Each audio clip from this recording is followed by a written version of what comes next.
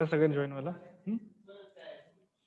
तर ठीक आहे चालू करू. अं, तर पहिलं लेक्चर आपलं आहे SYCS आणि सेमिस्टर 3 सब्जेक्टचं नाव आहे ॲडव्हान्स जावा. तर अगोदरच्या semester in last semester you are heard about the core Java. So core Java is totally depending on the console application. Okay. So Java is divided into the 3 to 4 different categories. The first one is console application, second one is desktop application, and third one is web application, and it is converted into the mobile application development or networking application development. So Java have the different certain criteria or part of development.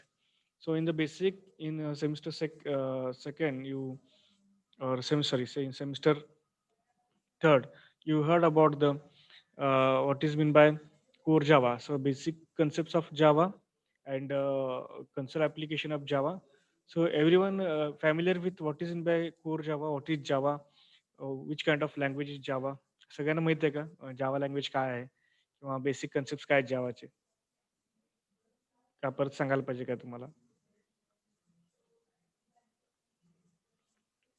थोडंसं बोललात तर interactive असेल तर बरं होईल. होईल? अर्फा दळवी, तुझ्या Pawar, Saurabh Devgharkar. Okay.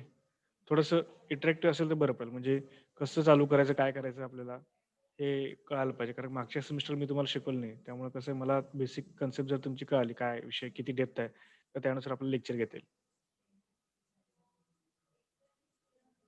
आवाज ऐकू येते का बोलतो मी ते? सौरभ, सिद्धेश.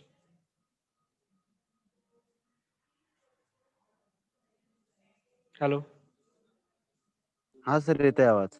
हां, मग तेच विचारतोय, की तुम्हाला मागचं रिव्हिजन घ्यायचं आहे का? किंवा ते बेसिक कन्सेप्ट्स क्लिअर आहेत का? असेल तर मग ठीक आहे, मी पुढचं घेतो. नसेल तर मग थोडंफार आपल्याला त्यातलं स्टडी केला पाहिजे. म्हणजे सगळ्यांसाठी प्रश्न आहे, 1-2 साठी नाही आहे. सगळ्यांसाठी जे आपल्याकडे अवेलेबल आहेत क्लासमध्ये आपल्याला ते. त्यांच्यासाठी हा क्वेश्चन आहे, की थोडंसं तुम्ही रिप्लाय दिला तर मग पुढे आपल्याला बरं पडेल.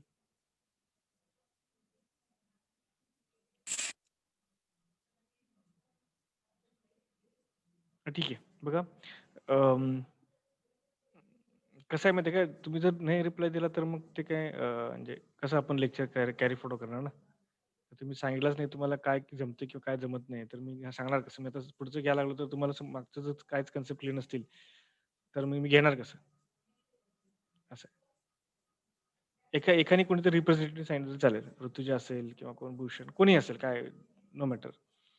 की ओव्हरऑल तर तुम्हाला माहीत असेल ना, हे कसं काय शिकवलं काय किंवा अगोदरचे काय कन्सेप्ट्स क्लिअर आहेत, काय नाहीत. मग त्याच्यावरती आपल्याला घेता येईल.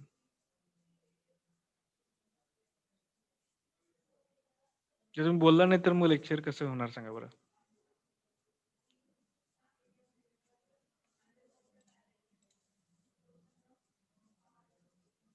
हां, बोला ना अर्फा. त्यात घाबरायचं काय?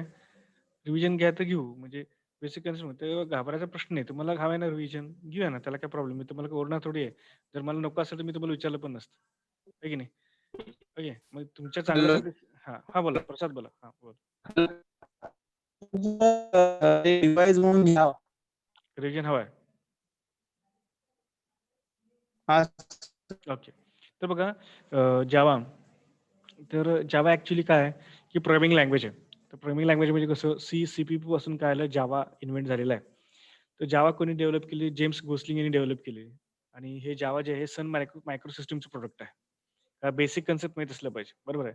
तर जेम्स गोसलिंग यांनी काय केलंय जावा लँग्वेज डेव्हलप केलेली आहे आणि अगोदर ह्याचं नाव काय OAK होतं नाव. अगोदर जावाचं नाव काय होतं? OAK असं होतं आणि अर्ली 90s मध्ये जेव्हा जेम्स गोसलिंग त्यांचे पार्टनर कॉफी शॉपमध्ये बसले होते, तेव्हा त्यांना हे नाव सुचलं जावा द्यायचं त्याला. म्हणून तुम्ही सपोज कुठलंही जावाचं पुस्तक घेतलं तर त्याच्यावरती कॉफी मगचं एक सिम्बॉल असतो. असतो ना?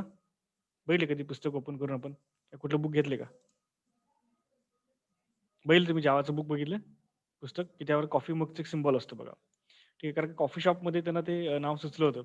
म्हणून त्यांनी काय केलं कॉफी मगचं सिम्बॉल कायम असतो. इव्हन तुम्ही बेसिकचे Samsungचे स्मार्टफोन जर तुम्ही बघितला, एकदम बेसिक जुने एकदम स्टार्टिंग लेव्हलच्या, जेव्हा त्यांचं ऑपरेटिंग सिस्टम चालू होती, जेव्हा जावाची ऑपरेटिंग सिस्टम होती त्याच्यावरती. तर ते कॉफीचा सिम्बॉल येतो बघा त्यावरती. ओके. आता नंतर मग ते Androidमध्ये कन्व्हर्ट झालेलं आहे. ठीक आहे. तर जावा काय हे एक ऑब्जेक्ट ओरिएंटेड लँग्वेज आहे. प्युअर ऑब्जेक्ट ओरिएंटेड लँग्वेज आहे. आणि सी लँग्वेज काय पार्शियल ऑब्जेक्ट ओरिएंटेड आहे. कारण का सी प्लस प्लसमध्ये किंवा ऑब्जेक्ट ओरिएंटेड लँग्वेजमध्ये सी प्लस प्लसमध्ये विदाऊट ऑब्जेक्ट्सचा तुम्ही प्रोग्राम रन करू शकत होता. तर जावामध्ये काय आहे ते ह्यामध्ये कोर जावामध्ये किंवा जावामध्ये विदाऊट ऑब्जेक्ट तुम्ही एकही प्रोग्राम रन करू शकत नाही. बघा मराठी सगळ्यांना कम्फर्टेबल आहे का? का इंग्लिशमध्ये चालेल तुम्हाला लागेल? तेही सांगा मला. अर्फा येस तुम्हाला सर. मराठी तुम्हाला कळेल, समजेल? म्हणजे एक्सप्लेनेशन हो. वगैरे? हं? काय हो सर. प्रॉब्लेम म्हणजे जास्तीत जास्त मला कसं जास्त एक्सप्लेन करता येईल आणि बरेचसे एक्झाम्पल्स पण देता येतील तुम्हाला. बरोबर आहे की नाही? तर त्या पॉइंट ऑफ व्ह्यूने सांगितलं. तरी तुम्हाला तशी काही रिक्वायरमेंट असेल तर मला तुम्ही मेसेज करा किंवा कॉल करा. I will explain in English also. Okay. So Java जे काय आहे जेम्स गोस्लिननी डेव्हलप केली अर्ली 90s मध्ये आणि सुरुवातीला नाव त्याचं वेक असं नाव होतं. जावा हे टोटल ऑब्जेक्ट ओरिएंटेड लँग्वेज आहे. ठीक आहे. विदाऊट ऑब्जेक्ट तुम्ही एकही जावाचा प्रोग्राम रन करू शकत नाही. प्लॅटफॉर्म इंडिपेंडेंट आहे. म्हणजे कुठल्याही प्लॅटफॉर्मवरती तुम्ही प्रोग्राम रन करू शकता. प्लॅटफॉर्म म्हणजे काय? की कुठल्याही ऑपरेटिंग सिस्टमवरती DOS असेल, Windows असेल, Linux असेल, Unix असेल, कुठेही, कुठेही तुम्ही प्रोग्राम काय करू शकता, हे तुम्ही रन करू शकता. कारण का जेव्हा तुम्ही प्रोग्राम तयार करता, जेव्हा तुम्ही प्रोग्राम लिहिता कुठल्याही जावाचा, तर ते डॉट क्लास फाईलमध्ये कन्व्हर्जन केलं जातं.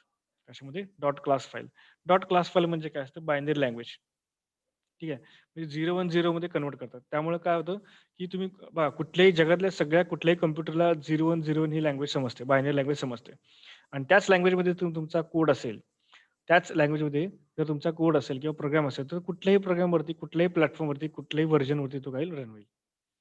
ओके. हे समजलं सगळ्यांना? हे माहीत होतं का अगोदर कोणाला?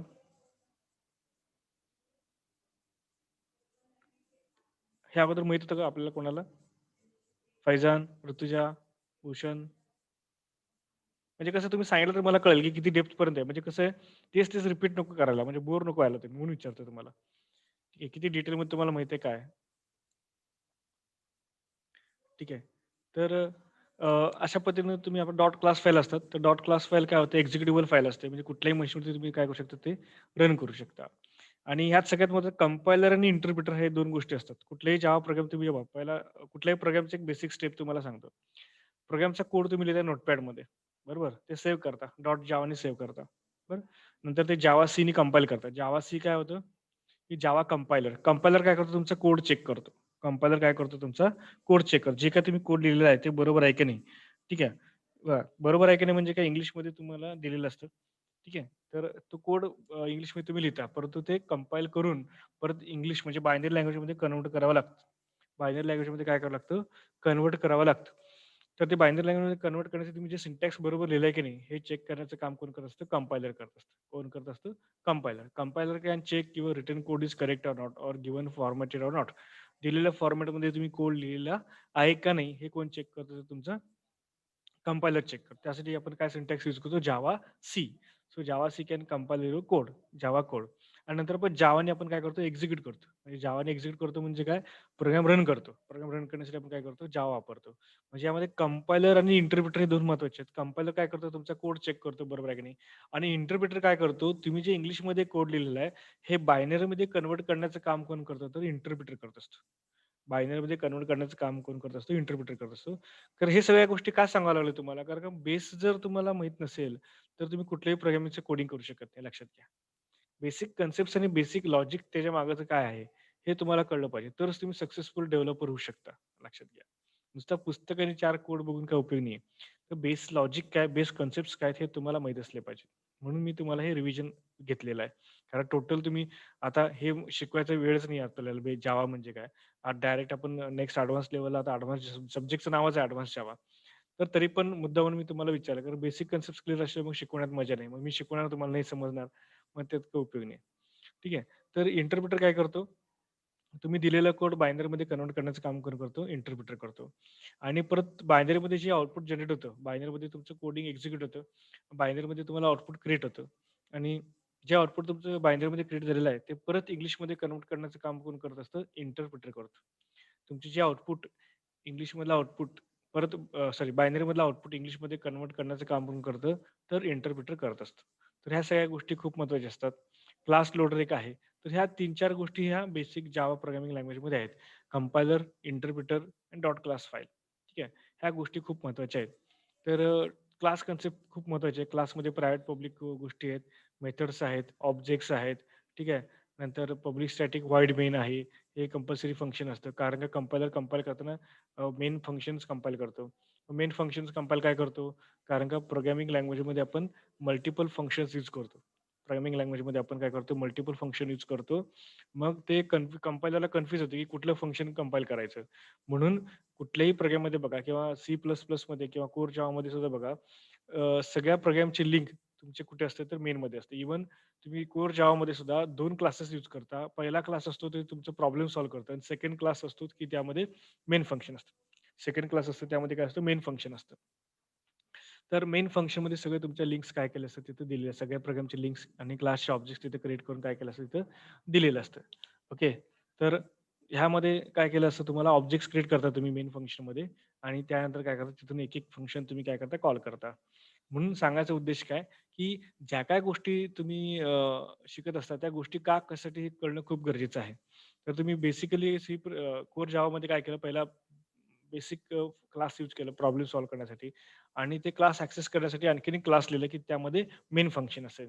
मग इंटरव्ह्यूला तुम्हाला क्वेशन विचारतात, की कोर जावामध्ये सपोज आपल्याकडे 10 क्लासेस आहेत, तर त्यापैकी कोणता क्लास पहिल्यांदा एक्झिक्यूट होईल? कळलं का? मग आपण पहिल्या नंबरचा बघतो. पहिला 1, 2, 3, 4 हां, पहिला क्लास आहे. पहिला क्लास एक्झिक्यूट होईल. तर तो पहिला क्लास एक्झिक्यूट होणार नाही, की जावामध्ये ज्या क्लासमध्ये मेन फंक्शन आहे, ज्या क्लासमध्ये मेन फंक्शन आहे, तो क्लास पहिल्यांदा एक्झिक्यूट होईल आणि त्यातलं मेन फंक्शन एक्झिक्यूट होईल. नंतर बाकीचे सगळे फंक्शन एक्झिक्यूट होणार आहेत. म्हणून पण प्रोग्रामिंगमध्ये पण बघताना बघा, एखादा प्रोग्राम तुम्हाला दिला, की मल्टिपल फंक्शन्स असतात. तर त्यापैकी कुठलं फंक्शन तुम्हाला पहिलं एक्झिक्यूट मेन फंक्शन एक्झिक्यूट होणार आहे. कारण कारण का कंपाईल करताना काय होणार आहे, मेन फंक्शन्स काय करणार आहे, कंपाईल करणार आहे. कंपायलर कंपाईल करताना काय करणार आहे, मेन फंक्शन्स काय करणार आहे, कंपाईल करणार आहे. येते लक्षात सगळ्यांच्या? समजते? आरफा समजते का? हो सर. हो, सो काय प्रॉब्लेम नाही ना? ठीक आहे. नाही. हां. तर कंपायलर कंपाईल करताना काय करतो, मेन फंक्शन्स काय करतो, कंपाईल करतो. ठीक आहे. आणि त्याला आपण ऑब्जेक्ट क्रिएट करतो. ऑब्जेक्ट क्रिएट करताना आपण काय करतो public class name, object name आणि न्यू परत आपण काय करतो क्लासचं नाव घेतो. म्हणजे न्यू कीवर्ड काय करतो मेमरी स्पेस क्रिएट करतो. सपोज क्लासचं नाव काय असेल स्टुडंट. स्टुडंटला आपण स्टुडंट लिहितो. S1 is equals to new student. म्हणजे स्टुडंटची वरतीचा क्लास आहे त्यावेळेला जे काही मेमरी लागणार आहे तेवढी मेमरी क्रिएट करा. न्यू कीवर्ड काय करतो मेमरी क्रिएट करतं. तेवढी मेमरी क्रिएट करा आणि ती S1 ला असाइन करा. सपोज स्टुडंटमध्ये तुमच्याकडे 10 व्हेरिएबल असतील. 10 व्हेरिएबलची व्हॅल्यूज तुम्हाला स्टोअर करायची तर तेवढी व्हेरिएबल किंवा मेमरी स्पेस क्रिएट करा आणि सगळ्यात तो डेटा कुठे स्टोअर करा? ऑब्जेक्टमध्ये स्टोअर करा. कारण का कोर जावामध्ये किंवा जावामध्ये टोटल सगळं जे कोडिंग आहे हे ऑब्जेक्टवर डिपेंड आहे. म्हणून याला काय म्हटलेलं आहे? Pure object oriented language. जावाला काय म्हटलेलं आहे? प्युअर ऑब्जेक्ट ओरिएंटेड लँग्वेज आणि C++ला काय म्हटलेलं आहे? Partial object oriented language because we can run the program without object also. That's why C++ is partial object oriented language आणि Java is pure object oriented language. ठीक आहे? कारण की without object तुम्ही एकही प्रोग्राम काय करू शकत नाही, रन करू शकत नाही. म्हणून याला काय म्हणतात प्युअर ऑब्जेक्ट ओरिएंटेड लँग्वेज असं म्हणतात. त्यामध्ये नंतर तुम्ही class, constructor, destructor, inheritance, polymorphism ठीक आहे. त्यानंतर अशा बऱ्याचशा गोष्टी तुम्ही शिकला. नंतर त्यामध्ये एक्सेप्शन हँडलिंग शिकला. त्यानंतर अशा बऱ्याचशा गोष्टी तुम्ही काय म्हणतात एक्सेप्शन हँडलिंग आणि पॉलिमॉर्फिझम अशा कन्सेप्ट्स तुम्ही शिकत गेला त्यामध्ये. आणि आता नंतर AWT शिकला तुम्ही म्हणजे abstract window tool kit. Abstract window tool kit.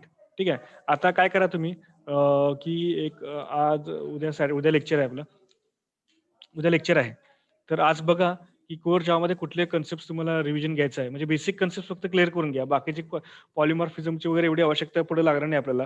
Exception handling वगैरे मग मी ती जेव्हा येईल तेव्हा परत रिव्हिजन घेईन. तर बेसिक कन्सेप्ट जे काय आहेत, क्लास म्हणजे काय, ऑब्जेक्ट म्हणजे काय, मेथड म्हणजे काय, प्रायव्हेट म्हणजे काय, पब्लिक म्हणजे काय, ठीक आहे. त्याचे फीचर्स काय जावाचे, ह्या सगळ्या गोष्टी तुम्ही काय करा तर बघून घ्या.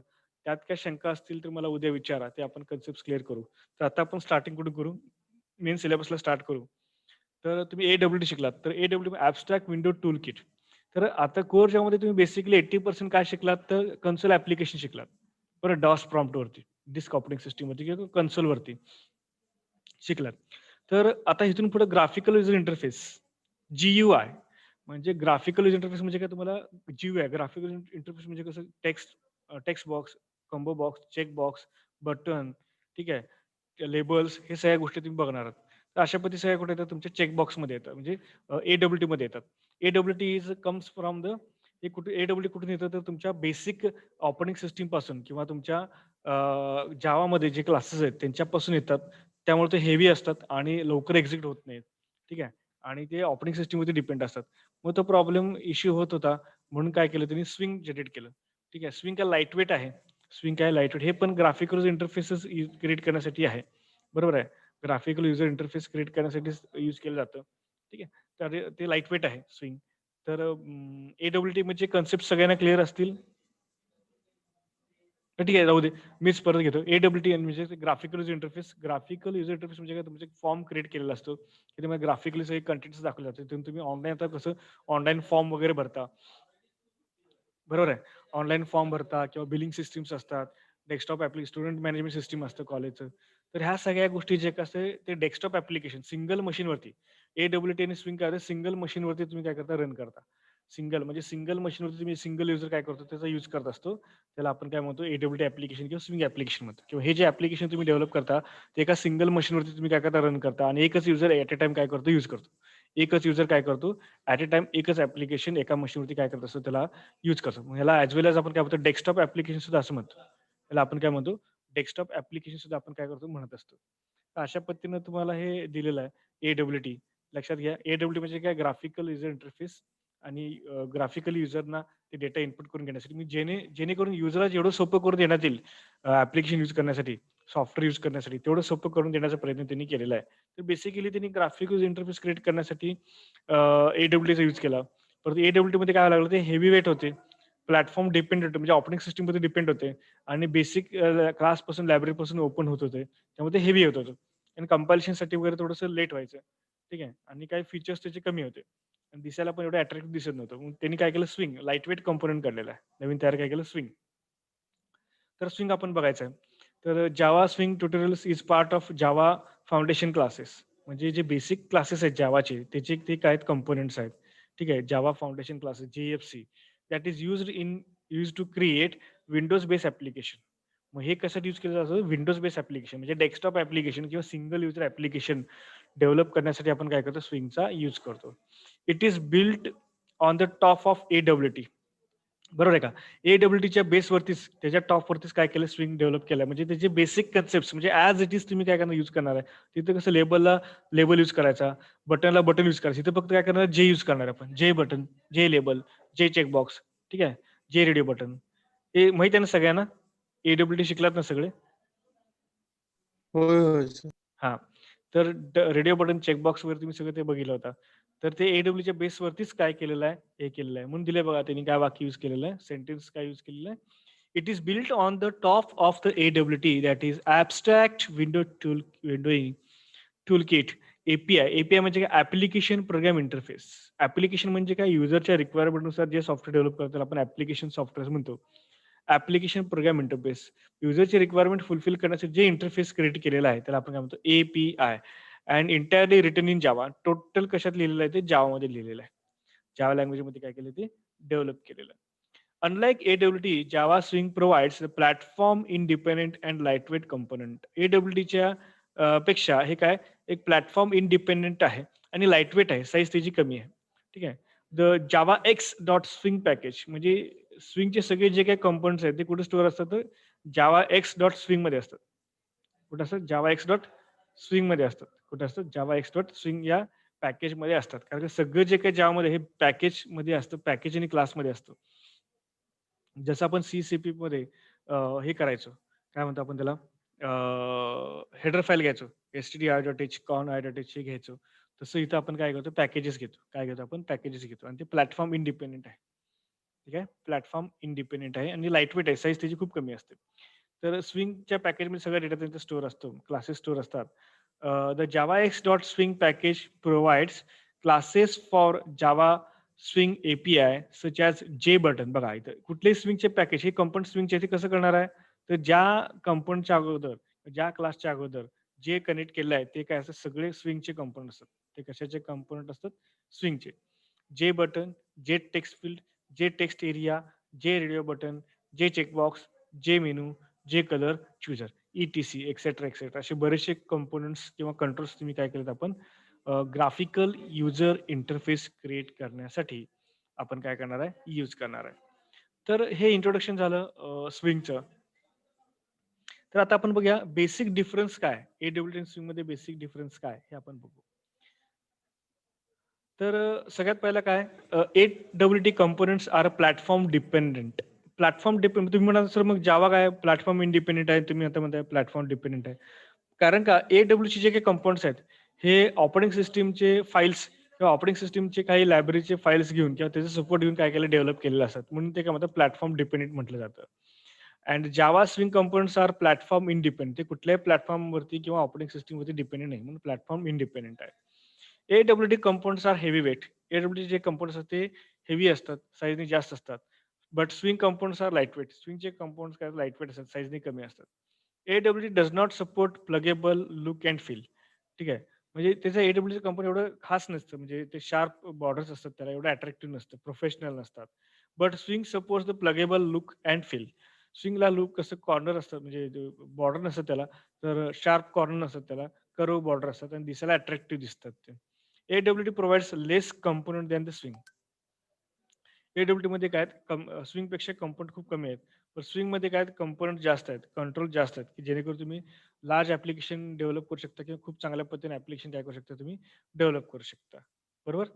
So these are the main difference between AWT Sync. And another one is that the AWT does not follow MVC, Model View and Control, where model represents data, view represents presentation, and controls acts as an interface between model and view.